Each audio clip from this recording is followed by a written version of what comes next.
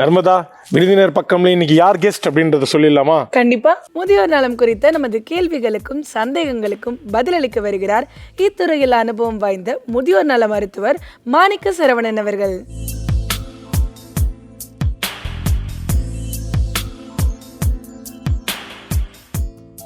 வணக்கம் சார். வணக்கம். எப்படி இருக்கீங்க? நல்லா இருக்கிறேன். வழக்கமா நீங்க தான் எல்லாரையும் கேட்பீங்க. எங்களுக்கு முதியோர்கள் சம்மந்தமாக நிறைய டவுட்ஸ் இருக்குது சார். ஏன்னா அவங்களை எப்படி கேர் பண்ணிக்கணும், அவங்களுக்கு வரக்கூடிய பிரச்சனைகளுக்கு என்ன மாதிரியான கேர் அவங்களுக்கு கொடுத்தா ரொம்ப நல்லாயிருக்கும் அப்படின்றத நிறைய கேட்டு தெரிஞ்சுக்கணும்னு ஆசைப்படுறோம். அதில் ஃபஸ்ட்டு நாங்கள் கேட்க நினைக்கிறது இந்த எலும்பு தேய்மானம் அப்படின்றது ஒரு காமனான ஒரு விஷயமா பார்க்குறோம் முதியோர்களுக்கு. அது ஏற்படுறதுக்கு என்ன காரணம் சார்? எலும்பு தேய்மானங்கிறது என்னென்னா போன் ரீமாடலிங் அப்படின்னு சொல்லுவோம். அந்த போன் ரீமாடலிங் குறையிறதுனால, வயசாகும்போது குறையிறதுனால போன் மாஸ் அப்படின்னு சொல்லுவோம். அந்த போன் மாஸ் குறைஞ்சி போயிடும். இந்த போன் மாஸ் குறைஞ்சி போகிறதுனால என்ன ஆகும்னா எலும்புகள் ரொம்ப சாஃப்ட், மிருதுவாகிடும். இந்த மாதிரி மிருதுவாகிறதுக்கு தான் ஆஸ்டியோபோரோசிஸ்ன்னு சொல்கிறோம். அதை எலும்பு தேய்மானம்னு சொல்லுவோம். Okay sir.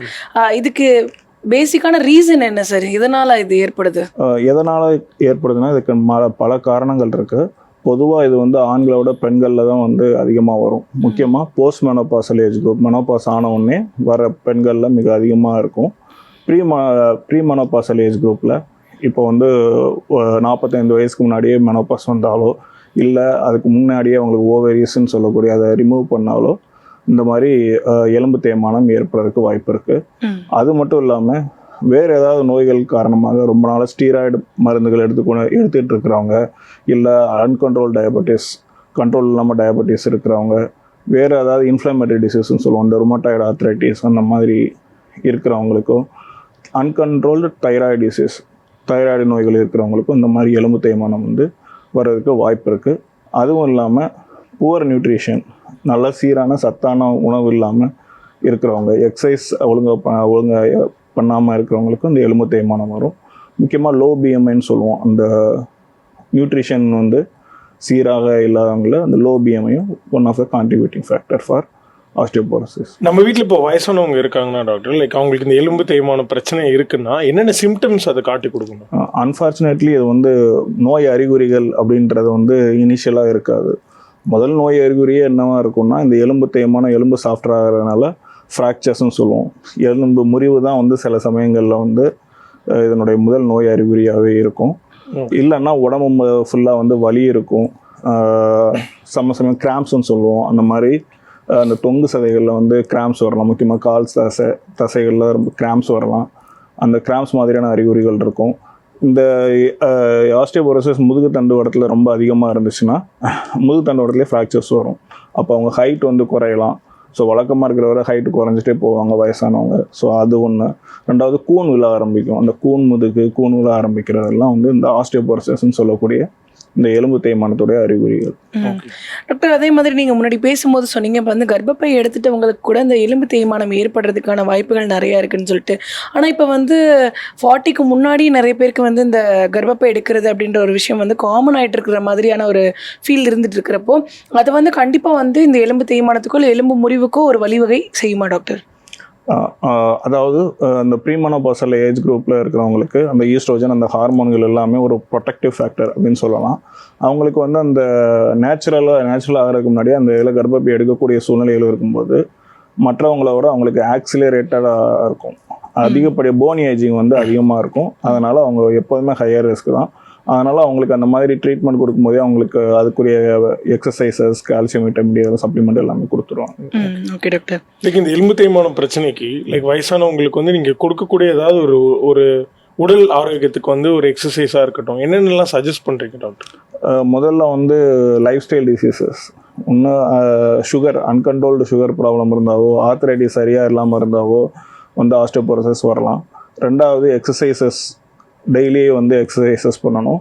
அதாவது weight bearing at least 20-25% of the body டைமில் நம்ம வெயிட் பியரிங் இருக்கணும். வெயிட் பியரிங் நிறைய எக்ஸசைசஸ் இதெல்லாம் பண்ண வேண்டாம். ஜஸ்ட் உங்கள் லெக்ஸ், உங்கள் கால்களும் உங்கள் கணுக்கால்களும் உங்கள் பாடி வெயிட்டை பியர் பண்ண மாதிரியான ஒரு சந்தர்ப்பத்தில் ஒரு 25% ஒரு நாளில் 25% அந்த மாதிரி ஸ்பெண்ட் பண்ணலாம். இது ஒரு சிம்பிளான ஒரு விஷயம். ரெண்டாவது ஸ்ட்ரெச்சிங்ஸ் அண்ட் சிம்பிள் வாக்கிங், அந்த மாதிரி இது கூட 25% ஆஃப் த இது வந்து வெயிட் பேரிங் எக்ஸசைஸ் பண்ணால் கூட போதும். இது வந்து வெரி மினிமலிஸ்ட் ஆன ஒரு விஷயம். இப்போ வந்து யங்ஸ்டர்ஸ்லாம் யூஸ் பண்ணுற மாதிரி வந்து ஜிம்முக்கு போய் ஒர்க் அவுட் பண்ணுறது அப்படின்றது வந்து முதியோர்கள் எடுத்துக்கிறது நல்லதா இல்லை நீங்கள் எப்படி பார்க்குறீங்க டாக்டர்? அது முதியோர்கள் வந்து கண்டிப்பாக செய்யலாம். அதுக்கு முன்னாடி உங்களுக்கு ஹார்ட் ப்ராப்ளம் இருக்குது, இல்லை ஒவ்வொரு முதியவர்களும் வந்து தனியான ஒரு சரி அவங்களுக்குள்ள ரிஸ்க் ஃபேக்டர்ஸை ரூல் அவுட் பண்ணிவிட்டு கண்டிப்பாக ஒரு அண்டர் சூப்பர்விஷனில் ஒரு ட்ரெயினர் அண்டரில் கண்டிப்பாக செய்யலாம். இல்லை டாக்டர், நீங்கள் ஸ்டார்டிங்கில் வந்து சிம்டம்ஸ் வந்து ஈஸியாக கண்டுபிடிச்சிட முடியாது. அன்ஃபார்ச்சுனேட்லி ஒரு ஃப்ராக்சர் தான் ஒரு சிம்டம்ன்ற மாதிரி சொன்னீங்க. பட் நீங்கள் டயக்னோஸ் பண்ணுவீங்களா டாக்டர்? உங்ககிட்ட வர பேஷண்ட்ஸாக இருக்கும், அதில் காமனாக எதை வச்சு நீங்கள் கன்ஃபார்ம் பண்ணுவீங்க? பொதுவாக அந்த மாதிரி உடல் வலி இருக்குதா, இல்லை அவங்கள ஹைட் மானிட்டர் சீக்வன்ஷியலாக ஹைட் மானிட்டர் பண்ணிகிட்டு இருப்போம் ஒவ்வொரு விசிட்லையும், இல்லைன்னா அவங்களுடைய ரிஸ்க் ஃபேக்டர்ஸை வந்து ஸ்க்ரீன் பண்ணுவோம். அது இல்லாமல் அவங்க ஏற்கனவே எக்ஸ்ரே பார்ப்போம். இப்போ எக்ஸ்ரே பார்க்கணுன்னா உங்களுக்கு 50% போன் லாஸ் ஆன பிறகு தான் எக்ஸ்ரேயில் கண்டுபிடிக்க முடியும், அது வரைக்கும் கண்டுபிடிக்க முடியாது. இல்லாமல் இந்த மாதிரி சின்ன வயசுலேயே வந்து அவங்களுக்கு வந்து மெனோபாஸ் எவ்வளோ நாள் ஆகிருக்கு, இல்லை ஃபேமிலி ஹிஸ்ட்ரியில் இந்த மாதிரி உங்களுக்கு யாராவது குடும்பத்தில் யாருக்காவது ஆஸ்டியோபோரோசிஸ் இருந்திருக்குங்களா, முன்னாடி கீழே விழுந்திருக்கீங்களா, முன்னாடி ஏதாவது ஃப்ராக்சர்ஸ் இருக்கா, இந்த மாதிரி ரிஸ்க் ஃபேக்டர்ஸை வந்து அந்த ஹை ரிஸ்க் ஃபேக்டர்ஸ் இது பண்ணி அவங்களுக்கு ஹை ரிஸ்கில் இருக்காங்களா இல்லையான்னு இது பண்ணிவிட்டு அவங்களுக்கு சஜஸ்ட் பண்ணுவோம். டாக்டர், நீங்கள் வந்து சொல்லும் போது சொன்னீங்க அதிகப்படியான இந்த எலும்பு தேய்மானம் வந்து பெண்களுக்கு தான் ஏற்படுது அப்படின்னு சொல்லிட்டு. இப்போ நீங்கள் பேசும்போது கூட சொன்னீங்க வந்து ரொம்ப சீக்கிரமாக வந்து இந்த பீரியட் ஸ்டாப் ஆகிடுச்சு அப்படின்னா அது கூட வந்து இந்த எலும்பு தேய்மானத்துக்கு வந்து ஒரு பெரிய பேஸாக இருக்கும் அப்படின்னு சொன்னீங்க. என்ன ரீசனுக்காக பீரியட்ஸ் நின்னதுக்கப்புறம் இந்த எலும்பு தேய்மானம் ஏற்படுதுங்க டாக்டர்? ஒரு சில ஹார்மோனல் ரிஸ்க் ஃபேக்டர்ஸ், முக்கியமாக ஈஸ்ட்ரோஜன் சொல்லுவோம். ஈஸ்ட்ரோஜன் அந்த ப்ரோஜெஸ்டரான் அந்த ஃபீமேல் ஹார்மோன்ஸில் வந்து ஹார்மோனல் இம்பேலன்ஸ் ஆகும். அந்த போஸ்ட் மெனோபாஸ் அந்த மெனோபாஸ் ஆன பின்னாடி அவங்களுக்கு அந்த ஹார்மோனல் ப்ரொடெக்ஷன் வந்து போயிடும். ஸோ அதனால வந்து one of the important factors for osteoporosis in post menopausal women.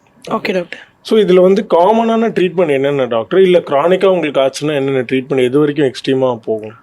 காமனான ட்ரீட்மெண்ட்ஸ் பார்த்தீங்கன்னா இப்போ வந்து ஆஸ்டியோபோரோசிஸ் இருக்குன்னா முதல்ல ஆஸ்டியோபோரோசிஸ் இருக்கான்னு பார்த்துட்டு அவங்களுக்கு கால்சியம் விட்டமின் டி சப்ளிமெண்ட் பண்ணுவோம்.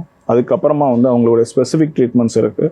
பிஸ்பாஸ்மின் சொல்லிட்டு மெடிசன்ஸ் இருக்குது, ஆன்டி ரிசப்டிவ் மெடிசன்ஸ்னு சொல்லுவோம். ஸோ பேஷண்டோட எலிஜிபிலிட்டியோ அவங்களோட எது கொடுத்தா அவங்க சரியானு பார்த்துட்டு ஆன்டி ரிசப்டிவ் மெடிசன்ஸ் வந்து கொடுப்போம். இன்ஜெக்ஷன்ஸும் இருக்குது, டேப்லெட்ஸும் இருக்குது. ஸோ அதை பார்த்துட்டு அவங்க சப்ளிமெண்ட் பண்ணுவோம். Plus lifestyle modifications. Okay. So exercises இருக்குது, வெயிட் பேரிங் எக்ஸசைசஸ் இருக்குது. இப்போ ஃப்ராக்சர்ஸ் ஆயிருந்துச்சுன்னா fractures repairing and weight bearing exercises, அந்த மசில் ஸ்ட்ரென்தனிங், அந்த மாதிரி எக்ஸசைஸ் வந்து will be customized for each patient. Okay doctor, அதே மாதிரி இப்போ வந்து 40+ ஆனதுக்கப்புறமே இந்த எலும்பு தேய்மானம் அப்படின்றது காமனாக இருக்கும். அது ஃப்ராக்சர் ஆகும்போது தான் கண்டுபிடிக்கவே முடியும் அப்படின்னு சொன்னீங்க. அப்படின்றப்போ 40+ ஆனதுக்கு பிறகுமே வந்து நம்மளோட எலும்பை வந்து ஹெல்த்தியாக வச்சுக்கிறதுக்கு என்ன மாதிரியான ஃபுட் எடுத்துக்கிட்டால் ரொம்ப நல்லதுன்னு நீங்கள் நினைக்கிறீங்க டாக்டர்? இப்போ வந்து கால்சியம் ரிச் ஃபுட்ஸ் இருக்குது. 40 இயர்ஸ்க்கானவங்க கால்சியம் ரிச் ஃபுட்ஸ் எடுத்துக்கலாம். மில்க், எக்ஸு, நீங்கள் ராகி அந்த மாதிரி இது பண்ணிக்கலாம். சப்ளிமெண்டேஷன் வந்து யூஸ்வலாக வந்து யங்கர் ஏஜ் குரூப்புக்கு தேவைப்படாது. Supplementation will be reserved for older age group. வயசானவங்களுக்கு மட்டும்தான். உங்களுக்கு 65 வயசுக்கு மேலே இருக்கிறவங்களுக்கு உணவுலேருந்து தேவையான அளவு கால்சியம் வந்து எடுத்துக்கிட முடியாது. ஒரு நாளைக்கு கால்சியத்தோட ரெக்குயர்மெண்ட் வந்து இண்டிவிஜுவலை பொறுத்து 1000 1200 மில்லிகிராம் வரைக்கும் போகுது. விட்டமின் டின்னு சொல்லுவோம். அந்த விட்டமின் டி ரெக்குயர்மெண்ட் வந்து per day 500 1000 மில்லிகிராம் 1000 இன்டர்நேஷ்னல் யூனிட்ஸ்னு சொல்லுவோம். அது வரைக்கும் தேவைப்படுது. அப்போ யங்கர் ஜென்ரேஷன் வந்து can try to get it from natural foods like ராகியோ, மில்க்கோ, உங்கள் முட்டை, பாலோ, இல்லை முட்டை, அந்த மாதிரி சோர்சஸ்லேருந்து நீங்கள் ட்ரை பண்ணலாம். இல்லை ப்ரோக்கோலி அந்த மாதிரி வெஜிடபிள்ஸ்லேருந்து நீங்கள் வந்து ட்ரை பண்ணலாம். அண்டு வயசாகும் போது ஃபுட் இன்டேக் எல்லாமே குறையும். அவங்களால இந்த இன்டேக் ரெக்குயர்மெண்ட்ஸை வந்து மீட் பண்ண முடியாது ஃபுட்லேருந்து. So supplements will be reserve for older age group. Okay, like நம்ம என்னென்ன ஸ்டெப்ஸ் எடுத்துக்கலாம் டாக்டர்? லைக் வந்து டுவர்ட்ஸ் 40 வரோம்னாலும் இல்லை 40+ இருக்கிறவங்க பிஃபோராக நம்ம இந்த மாதிரி ஒரு ப்ரிகாஷன்ஸ் எடுத்து வச்சுக்கிட்டா மேபி கொஞ்சம் better to protect our bones அப்படின்னா என்னென்ன பண்ணலாம்? Exercise is the only way in younger age group for preventing the to lead a healthy ageing. So வயசாகும்போது அந்த வயசான பின்னாடி எனக்கு வந்துருச்சு அதை ப்ரிவென்ட் பண்ணும்போது நீங்கள் 60 வயசு ஆகும்போது 60 வயசுலேருந்து நம்ம ஆரம்பிக்க முடியாது. யங்கர் ஏஜ் குரூப் ஒரு 30 வயசுலேயோ 35 வயசு 40 வயசுலேயே இருக்கும்போதே நம்ம வந்து அதுக்காக ப்ரிவென்ஷன் ஸ்டெப்ஸ் வந்து ஆரம்பிக்கலாம். முக்கியமானது வந்து எக்ஸசைஸ். ஸோ 40 வயசு ஆகும்போதே நம்மளோட மசில் லாஸ் வந்து ஸ்டார்ட் ஆகிடும். ஸோ அதுக்கு முன்னாடி இருந்தே ஆரம்பித்தோம்னா அந்த மசில் மாஸும் போன் மாஸையும் நம்ம வந்து ப்ரிசர்வ் பண்ணிக்கலாம். ஆஸ்ட்ரியோபோரோசிஸ் அப்படின்றது வந்து ஏன் முக்கியமாக பார்க்கப்படுது டாக்டர்? ஆஸ்ட்ரியோபோரோசிஸ் ஏன் முக்கியமான பாருங்கன்னா அவுட்கம்ஸ் ஆஃப் ஆஸ்ட்ரியோபோரோசிஸ். ஆஸ்ட்ரியோபோரோசிஸோட மோஸ்ட் ட்ரெட்டட் காம்ப்ளிகேஷன் வந்து ஃப்ராக்சர்ஸ், எலும்பு முறிவு. காமனாக எங்கே எலும்பு முறிவு ஏற்படும்னா மணிக்கட்டு, இடுப்பு இல்லைன்னா முதுகெலும்பு முறிவுகள் வந்து ஏற்படும்.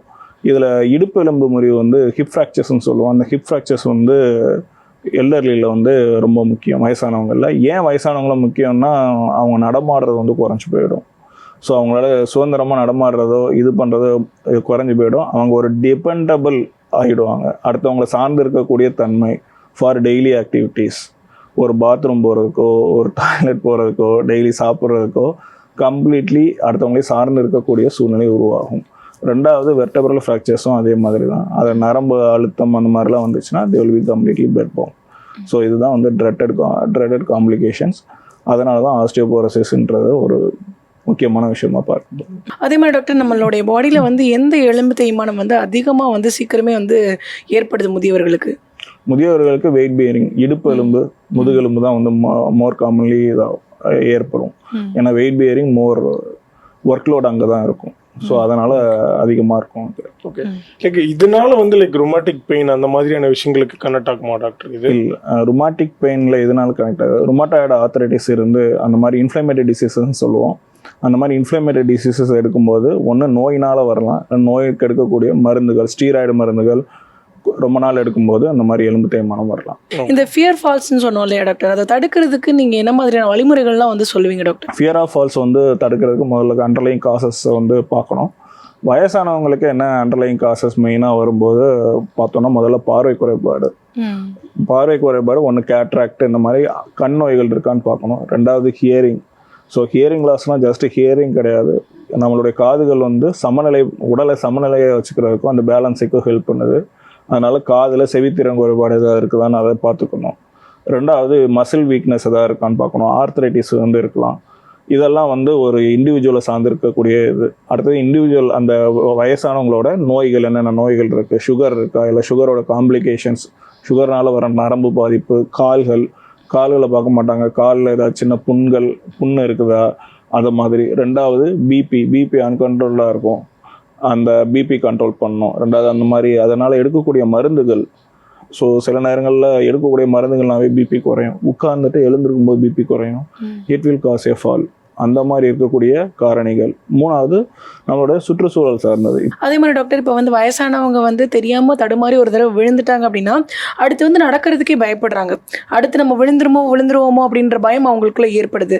அதை வந்து சரி செய்யறதுக்கு நம்ம என்ன மாதிரியான ஹோப் உங்களுக்கு வந்து கொடுக்கணும் டாக்டர்? ஒரு தடவை கீழே விழுந்தோம்னா உங்களுக்கு அந்த ஃபியர் ஆஃப் ஃபால்ஸ்ன்னு சொல்லக்கூடியது, அடுத்தால கீழே கூடிய அந்த பயம் உணர்வு வந்து ஒரு 50 நார்மலாக கீழே விழாமல் இருக்கிறது 50% இருக்கிறது 80% ஆகிடும்.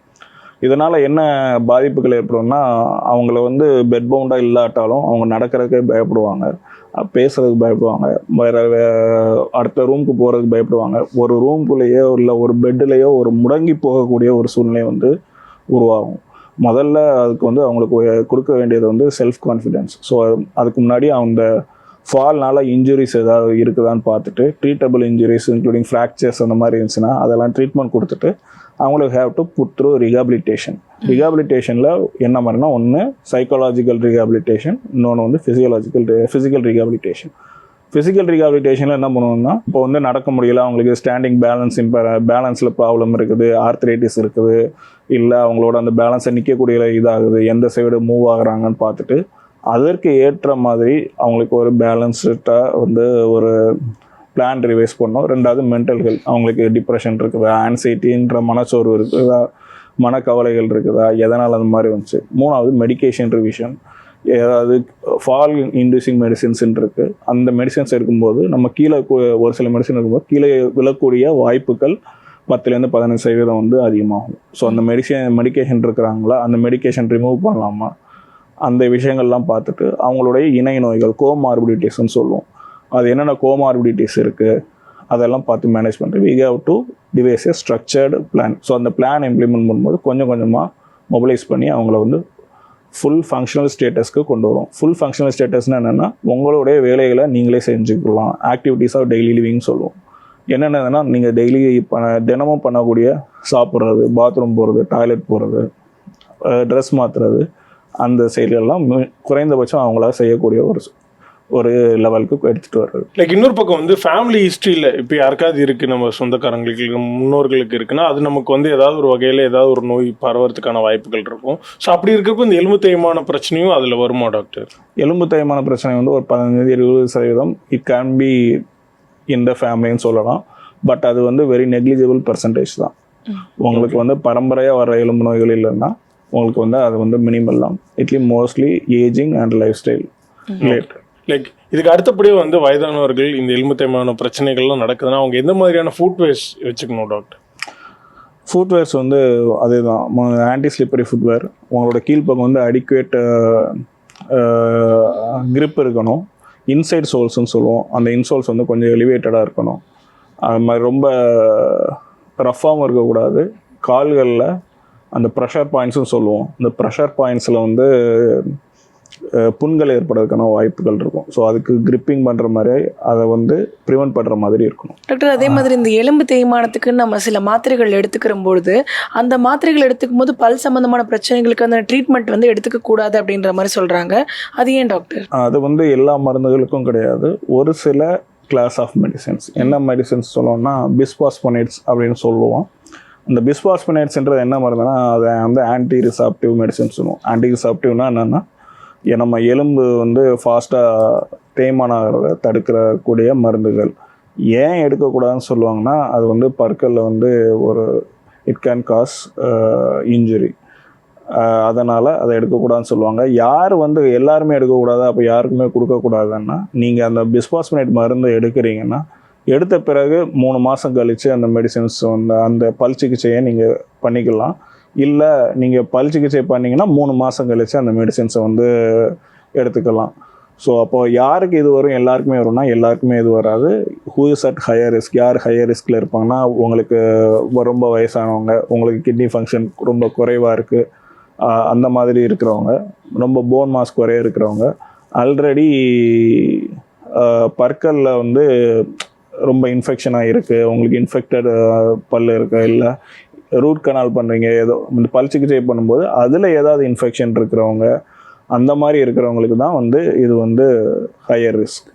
அதனால் இதை எடுத்துக்கிறதுலையும் பல் சிகிச்சைக்கும் எந்த விதமான சம்மந்தமும் கிடையாது.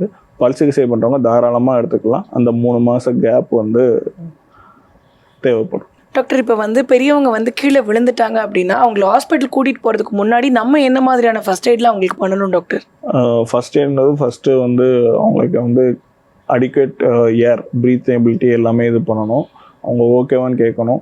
எங்கே நமக்கு அடிபட்டிருக்குன்னு தெரியாது. முதல்ல கழுத்து பகுதியில் அடிபட்டுருக்குன்னா கழுத்தை ஸ்டேபிள் பண்ணிக்கணும். கழுத்தை ரொம்ப அசைச்சு பார்க்க வேண்டாம். இஎன்டி ப்ளீடுன்னு சொல்லுவோம். காதுகள் மூக்கில் ஏதாவது ப்ளீடிங் இருக்கான்னு பார்க்கணும். அவங்களோட கான்ஷியஸ்னஸ் எப்படி இருக்குன்னு பார்த்துட்டு first call for help. So நீங்கள் பக்கத்தில் உங்களுக்கு வீட்டுக்குள்ளேயோ இல்லை வெளியில் ஆம்புலன்ஸையோ முதல்ல அவங்களுக்கு இன்ஃபார்ம் பண்ணிவிடுங்க. ஸோ அவங்க வந்து they will be on the way. அதுக்கப்புறமா நீங்கள் இந்த பார்த்துட்டு அவங்களால எந்த இன்ஜுரி எதுவும் இல்லை அப்படி நீங்கள் அசர்டைன் பண்ணீங்க அப்படின்னா வேறு ஏதாவது கை கால்களை மூவ் பண்ண முடியுதான்னு பாருங்கள், அவங்கள அசைக்க முடியுதான்ட்டு. இஃப் தே ஆர் ஹேவிங் அவங்களுக்கு எந்த இடத்துலையாவது அசைக்க முடியலையோ இல்லை வேறு ஏதாவது குறிப்பிட்ட இடங்களில் வலி இருந்தால் அது வந்து எலும்பு முறிவாக இருக்கலாம். ஸோ மோஸ்ட் ட்ரெட்டட் இன்ஜுரிஸ் வந்து பிரெயின் இன்ஜுரிஸ். ஒன்று கீழே விழும்போது தலையில் அடிபட்டுச்சுன்னா உள்ள ப்ளீடிங் ஆகலாம், இல்லை கிளாட்டிங் ஆகலாம், இல்லைன்னா மண்டையோட கீழ்ப்பகுதியில் எலும்பு முறிவு வச்சுன்னா காதுகளில் ரத்தம் வரலாம். ஸோ இதெல்லாமே வந்து ட்ரெட்டட் இன்ஜுரிஸ். இந்த இன்ஜுரிஸ் இல்லைன்னா போன் இன்ஜுரிஸ் இருக்கான்னு பார்க்கணும். ஸோ போன் இன்ஜுரிஸ் அதுக்குள்ளே அரைவ் ஆயிடுச்சுன்னா better take them to hospital. Doctor, அதே மாதிரி வந்து சில பேர் வந்து சொல்கிறாங்க இந்த மாதிரி வந்து ஒரு வேளை கீழே விழுந்து மயக்கமாயிட்டாங்க அப்படின்னா அவங்களுக்கு வந்து தண்ணி கொடுக்கக்கூடாதுன்னு சில பேர் சொல்கிறாங்க, தண்ணி கொடுக்கணும்னு சொல்கிறாங்க. ஆக்சுவலாக இது ஒரு டிஸ்கஷனாகவே போயிட்டுருக்கு. கொடுக்கலாமா கொடுக்கக்கூடாதா டாக்டர்? எதனால் கீழே விழுந்தாங்கன்னு பார்க்கணும். ஏன் கீழே விழுந்தவங்களுக்கு முதல்ல தண்ணி கொடுக்காங்கன்னா எதனால் கொடுக்க வேண்டாம்னு சொல்கிறாங்கன்னா அவங்களோட கான்ஷியஸ்னஸ் எப்படி இருக்குன்னு தெரியாது, அவங்களோட ஓரியன்டேஷன் எப்படி இருக்குன்னு தெரியாது. இதனால் கீழே விழுறவங்களுக்கு வந்து மசில் ஃபங்க்ஷன் எப்படி இருக்குன்னு தெரியாது. ஸோ கொடுக்கும்போது கொடுக்கறதுக்கூடிய தண்ணீர் வந்து ஆஸ்பிரேட் ஆக வாய்ப்பு இருக்குது. ஸோ அதனால தான் ஒரு காரணமாக இருக்கும். Okay doctor. ஸோ கீழே விழுந்தாங்கன்னா எதனாலும் பார்க்கலாம். அண்ட் அவங்களோட சுகர் இருக்குன்னா அவங்களோட சுகர் லெவல் செக் பண்ணுறது, பிபி செக் பண்ணுறது வந்து முக்கியம். சில சமயங்களில் வயசானவங்களுக்கு வந்து இந்த சுகர் லெவல் வந்து மெயின்டைன் ஆகாது. ஸோ சுகர் லெவல் ரொம்ப கீழே போயிடும். ஸோ அந்த நேரத்தில் இருக்கிறவங்களுக்கு அவங்க சுகர் சப்ளிமெண்ட் வீட்டில் இருக்கிற சர்க்கரை கொடுத்தா போதும், சுகர் லெவல் நார்மலாகிடும். அது மாதிரி சில சமயம் பிபி கீழே போயிருக்கும், அதுக்கு வந்து நீர் சத்து இழப்பு, இப்போ வெயில் காலமாக இருக்குது, ஸோ நீர் சத்து இழப்பு அந்த இதெல்லாமே காரணமாக இருக்கலாம். இல்லை சில மெடிசின்ஸ் காரணமாக இருக்கலாம். இல்லைன்னா மிஸ்டேக்கன்லி 2 மெடிசின்ஸ் போட்டிருப்பாங்க. ஸோ அதெல்லாம் பார்க்கணும். அதனால் காரணங்கள் இருக்கலாம். இதெல்லாம் வந்து சரி பண்ணிட்டோம்னா அந்த கீழே பயமோ இதெல்லாம் வந்து ப்ரிவென்ட் பண்ண முடியும். ஓகே. இதே மாதிரி வீட்டில் இருக்கிற வயதானவர்கள் வந்து தடுமாறி விழுறாங்க அப்படின்னா லைக் எக்ஸ்டர்னலான்றதை தாண்டி இன்டர்னலாக என்னென்ன டேமேஜஸ்லாம் நடக்குது டாக்டர் காமனாக? ஒன்று இன்டர்னலாக என்ன டேமேஜஸ்னால், ஒன்று வந்து போன் இன்ஜுரி ஃப்ராக்சர்ஸ் ஆகலாம். இன்னொன்று டிஸ்லொகேஷன் எலும்பு இடமாற்றம் ஆகலாம். 3வது மசில் இன்ஜுரிஸ் ஆகலாம். ரெட் இன்ஜுரிஸுங்கும் போது பிரெயின் இன்ஜுரிஸ், ப்ளீடிங் ஆகலாம், கிளாட்டிங் ஆகலாம். இல்லைன்னா போனுக்கும் பிரெயினுக்கும் நடுவில் ப்ளீடிங் இருக்கலாம். ஸோ அந்த மாதிரி இருக்கும்போது பிரெயின் கம்ப்ரெஷன்லாம் ஆகும். ஸோ அந்த நேரங்களில் சர்ஜரி தேவைப்படும். இல்லைன்னா கீழே எப்படி விழுறாங்கங்கிறத பொறுத்து கண் பார்வையில் பிரச்சனைகள் வரலாம். மூக்கில் எலும்பு முறிவுகள் ஏற்படலாம். இது இல்லாமல் பிளண்ட் இன்ஜுரிஸ்ன்றது எங்கே விழுறாங்கங்கிறத பொறுத்து பிளண்ட் இன்ஜுரிஸ் ஆஃப் அப்டோமன்னா கல்லீரலில் பாதிப்புகள் வந்து வரலாம். அந்த ட்ராமானால் கீழே விழும்போது அடிபடுறதுனால. டாக்டர், இப்போ வந்து நியூரலாஜிக்கல் ப்ராப்ளம் இருக்கிறவங்களும் இந்த தடுமாறி விழுறதுக்கான வாய்ப்புகள் வந்து இருக்கா டாக்டர்?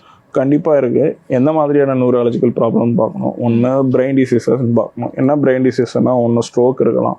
இன்னும் ஸ்ட்ரோக்லேருந்து ரெக்கவரி ஆகிறவங்க அந்த மாதிரி எந்த அளவு ஸ்ட்ரோக் இருக்குன்னு பார்த்துட்டு அவங்களுக்கு நடக்கிறதுல வந்து பிரச்சனைகள் இருக்கலாம். அதனால் நடமாடுறது ப்ராப்ளமாக இருக்கும், அதனால் கீழே விழுவாங்க. 2வது டீஜெனரேட்டிவ் டிசீசஸ்ன்னு சொல்லுவோம். பார்க்கின்சன்ஸ் இல்லைனா பார்க்கின்சன் ரிலேட்டட் டிசீஸ் அந்த மாதிரி நோய்கள் இருக்கும்போது அவங்களால வந்து ஸ்லோவாக நடப்பாங்க. அவங்களால அந்த மசில்ஸ்லாம் வீக்காக இருக்கும். ஸோ அதனால் கீழே விழுவாங்க. 3வது வந்து பெரிஃபரல் நியூரோபதி, நரம்பு சம்மந்தப்பட்ட நோய்கள், பெரிஃபரல் நியூரோபதி அந்த மாதிரி நோய்கள் சொல்லுவோம். அப்படி அவங்க நடக்கும்போது வந்து அவங்களுக்கு வந்து கால்களில் தரையை உணர முடியாது. ஸோ அந்த மாதிரி தரையை உணர முடியாமல் இருக்கும்போது அந்த நரம்பு பாதிப்புகள் இருக்கும். அதனால் தசைகளும் வீக்காக இருக்கும். அது ரெண்டும் சேரும்போது அவங்க கீழே விழுறதுக்கான பாதிப்புகள் வந்து அதிகம். இதில் என்ன மாதிரியான ரீஹாபிலிட்டேஷன் பண்ணலான்னா, இப்போ இந்த அட்வான்ஸ்டு ஸ்ட்ரோக் இருக்கிறவங்கன்னா அவங்கள என்ன மாதிரியான தேவைப்படும், அவங்களுக்கு வந்து ஒரு வாக்கரோ இல்லைனா வாக்கிங் கேனோ வந்து கொடுத்து அவங்கள வந்து ரீஹாபிலிட்டேட் பண்ணலாம். அது மாதிரி இந்த மாதிரி பெரிஃபரல் நியூரோபதி இருக்கிறவங்களுக்கு அவங்களுக்கு செப்பல்ஸ் தேவைப்படுமா இல்லை அந்த வாக்கர் தேவைப்படுமாங்கிறத இண்டிவிஜுவலாக அசஸ் பண்ணிவிட்டு அவங்களுக்கு வந்து வாக்கரோ கேனோ வந்து கொடுக்கலாம். டாக்டர், அதே மாதிரி வந்து லைக் ஒரு முதியவர் வந்து தடுமாற்றம் ஆயிடுச்சு அப்படின்னா நீங்கள் சொன்னீங்க வீட்டில் இருக்கிறவங்க எப்படியெல்லாம் ஒரு ஃபர்ஸ்ட் எய்ட் என்னென்ன கேர்லாம் பண்ணிக்கணும்னு.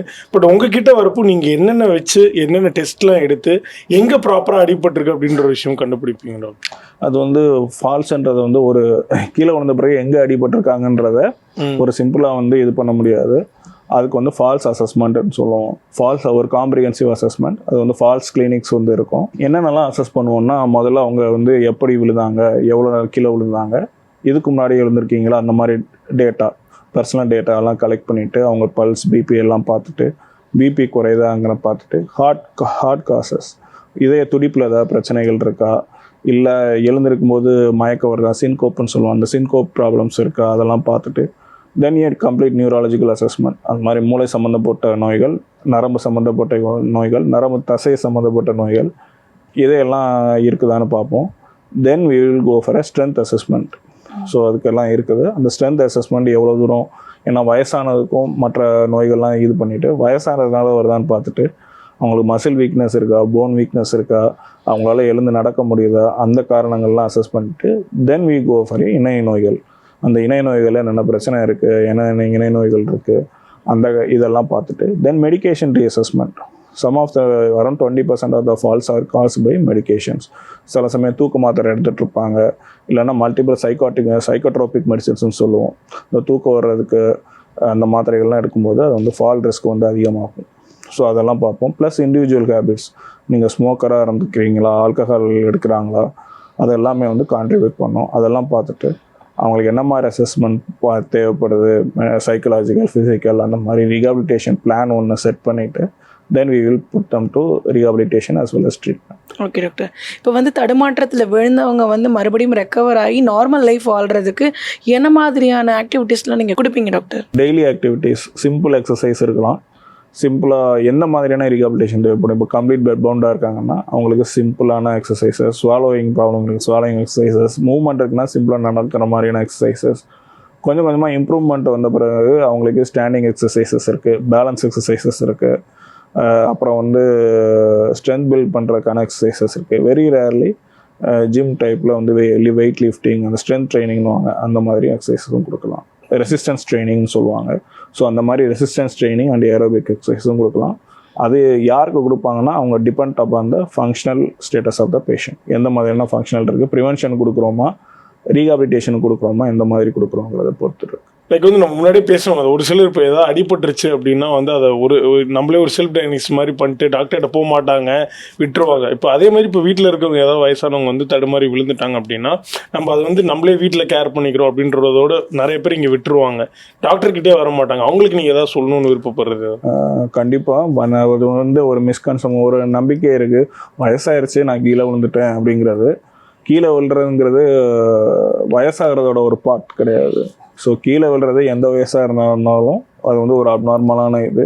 நீங்கள் கீழே விழுந்துட்டீங்க அப்படிங்கும்போது அதை எதனால் அப்படிங்கிறத கண்டுபிடிக்கணும். அது சிம்பிளாக ஆக்சிடென்டலாக கூட இருக்கலாம். பட் வயசாகும்போது மற்ற காரணங்கள் எல்லாமே இருக்கும். ஒன்று என்விரான்மெண்டல்லேருந்து, உங்கள் கோமார்பிடிட்டிஸ்லேருந்து எதுவானா இருக்கலாம். அதனால் கீழே விழுந்துட்டிங்கன்னா ஒரு ஜீரியாட்ரிஷியன் அல்லது முதியோர் நல மருத்துவர்கிட்ட போயிட்டு ஒரு தடவை காட்டிட்டு வர்றது வந்து ஆல்வேஸ் பெட்டர். நிறைய விஷயங்கள் வந்து எங்கள் கூட ஷேர் பண்ணிக்கிட்டீங்க. கண்டிப்பாக இதை பார்த்துட்டு இருக்கக்கூடிய நேயர்களுக்கு ரொம்ப யூஸ்ஃபுல்லாக இருக்கும் நம்புகிறோம். ரொம்ப நன்றி டாக்டர். தேங்க்யூ. தேங்க்யூ.